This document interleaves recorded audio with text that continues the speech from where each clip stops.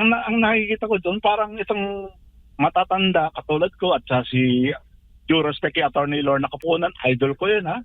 Pero nagtataka ako, siyempre pagka naiisahan ka ng bata, wag kang pikon.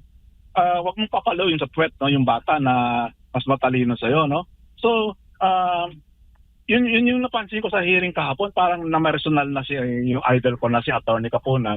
Na-personal na siya dahil dinadaig siya ng bata. Sana yung susunod na hearing wag pikon.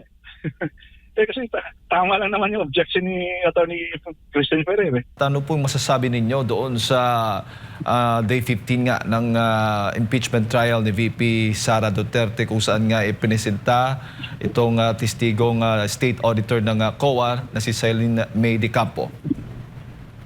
Opo. Yung sasabihin ko po ay hindi niya maririnig sa iba, no? Dahil ito po yung with due respect sa kay witness Celine del Campo ng Commission on Audit, no? Sinabi niya yung standard of maaresto kung sino man ang NPA na yun. Sabi niya po, dati nagtrabaho ako sa Office of the Presidential Advisor on Peace Process. Yung pag-arrest ay nasa lower rank ng success. Ang mas mataas na level of success is na-convince mo yung rebel to surrender without arrest. Surrender peacefully without arrest. So, kung ang patihan ni witness, dapat ma-aresto mo bago maging successful, medyo mali po yun. Kasi po, mas maganda nga kung nakausap mo peacefully, kusang loob, sumuko yung rebelde without arresting the rebel. So, kumbaga, pwede yung funding for preventive rather than curative. I-prevent mo yung dapat iwasan imbes na i-cure mo yung problema na ikukulong mo yung rebelde. Yun yung measure of success. No? So definitely ito yung matalinong bata na attorney niya, Attorney Ferrer. No? Ayun. Ang nakikita ko doon parang itong matatanda katulad ko at si due respect kay Attorney Lorna Capunan, idol ko yun ha. Pero nagtataka ako, siyempre pagka naiisahan ka ng bata, wag kang pikon. Wag mong papalawin sa puwet no, yung bata na mas matalino sa'yo, no? So, yun yung napansin ko sa hearing kahapon, parang na-personal na yung idol ko na si Attorney Capunan. Na-personal na siya dahil dinadaig siya ng bata. So, yun lang po ang comment ko, no? Sana yung susunod na hearing wag pikon. Kasi tama lang naman yung objection ni Attorney Christian Ferrer. Opo. Pero anong dating po sa inyo na yung palang the way sila mag-evaluate itong mga auditor na ito doon sa mga dokumento ay nakabatay po sa kanilang professional, yan gamitin natin yung termino, professional interpretation po nila o opinion pagdating dito nga sa mga dokumento ng pangalawang Pangulo patungkol nga sa paggamit doon sa confidential funds. At sinasabi pala na wala palang specific, tama ba attorney, na nakalagay doon sa joint circular kung papaano dapat i-evaluate ang mga dokumentong ito? Kasi na-confirm kahapon na batay lamang sa kanilang mga personal na interpretation. Yan ho ba, kung sa batas ho ba natin ay yan ho ba reasonable? Makatwiran ho ba mga ganyang pagbubusisi sa mga dokumento o sa mga resibo na tinatalakay dyan ngayon sa impeachment trial? Hindi siya makatuwiran eh. Kaya nga sineperate yung ICFAO, yung separate unit sa loob ng Office of the Chairperson. Kaya nga sineperate yun. Dapat hindi pwedeng papel-papel lang dahil confidential auditing yan na dapat parang magtrabaho naman na go beyond the documents, na go for other more credible, reliable evidence. Kaya nga pinapasok yung 1992 circular ng defense na sinasabi ni Attorney Capunan na superseded na daw yun. Napaka-importante ng 1992 circular na yun dahil nung year na yun, kung naalala nyo, transition from Cory to Ramos, yung flagship program ng both President Cory and President Ramos, yung flagship program nila is peace. Kaya nilabas yung circular na yun. Dahil at that time, wala pang confidential fund, Intel fund pa noon, intelligence fund, na gradually nag-shift from Intel to confidential fund para from military naging civilian in nature.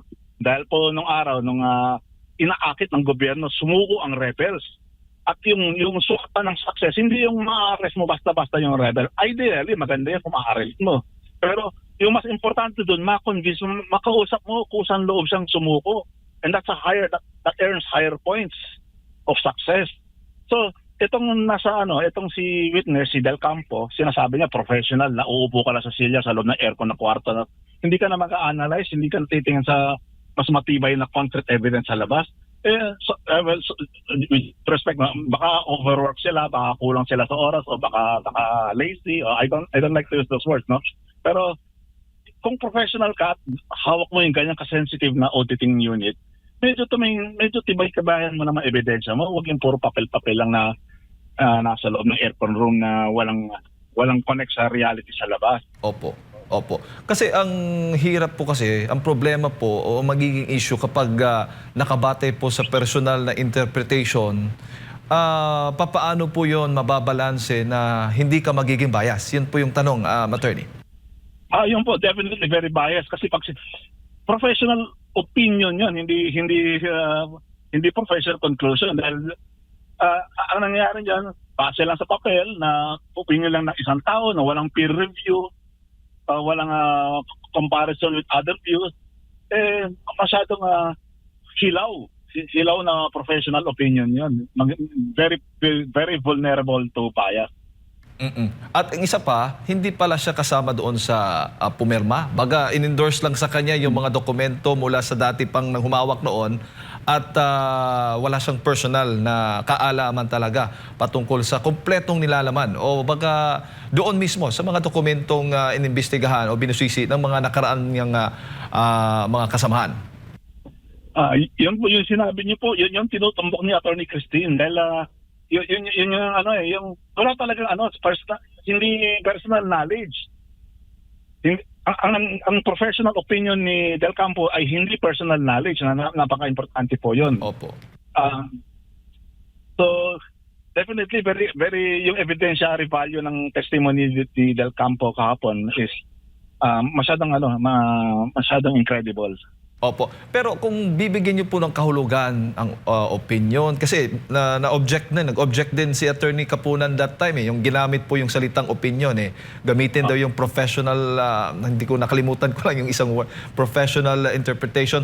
Ayan ho ba ay same meaning pa rin para po sa inyo bilang isang abogado? Ay, iba po yun. Kung personal interpretation mo lang, isabit mo lang sa papel yun. Hindi na kailangan dumaan ng hearing yun. Sabihin mo, this is my opinion, hindi mo na kaya i-hearing yun. Dahil yung i-hearing, yung galing sa witness mismo na nakita niya with his own eyes, narinig niya with his own ears. Walang kung gano'n, yung opinion ni Del Campo, definitely, opinion lang yun. Opo. Baga hindi po, walang bearing, hindi po katanggap-tanggap kung sa korte mismo, talagang regular courts ito haharap, attorney. Ay, nako, sa regular courts, pag ginawa yun, kung ginawa ko yun, mababoldyak ako ng judge. Masyadong lenient lang itong si presiding judge Jesus Codero. Pinapalusot niya yung mga opinion na dapat fact ang tinetestify ng witness, hindi opinion. Opo. Since ganito pala, na hindi pala pinal yung kanilang naging desisyon, itong COA, pagdating po doon sa paggamit ng conflict funds ng Vice Presidente, sa tingin mo dapat yung depensa ay maghain ng i-dismiss na itong article ito dahil wala pa pala, hindi pa pala pinal, attorney? Dapat lang, premature. I-dismiss for being premature, for failure to exhaust. In fact, pag dumiretso ka nga sa Supreme Court, gagawin ng Supreme Court, ibababa niya muna sa Court of Appeals. Doon magkakaroon ng hearing of the COA findings sa Court of Appeals before finally umakyat sa Supreme Court. O baga, para po sa inyo, ang dating po ninyo doon sa mga naging pahayag, premature pa lamang, yun po yung eksaktong baga nakapending pa ngayon na dapat desisyonan pa nila. No, very premature. Kumbaga, unborn fetus pa yan. So, yung article niya dapat ma-dismiss na. Dapat iakyat sa Supreme Court, tapos ang gagawin lang ng Supreme Court, i-remand sa Court of Appeals for reception of concluding evidence, of concluding arguments. Opo.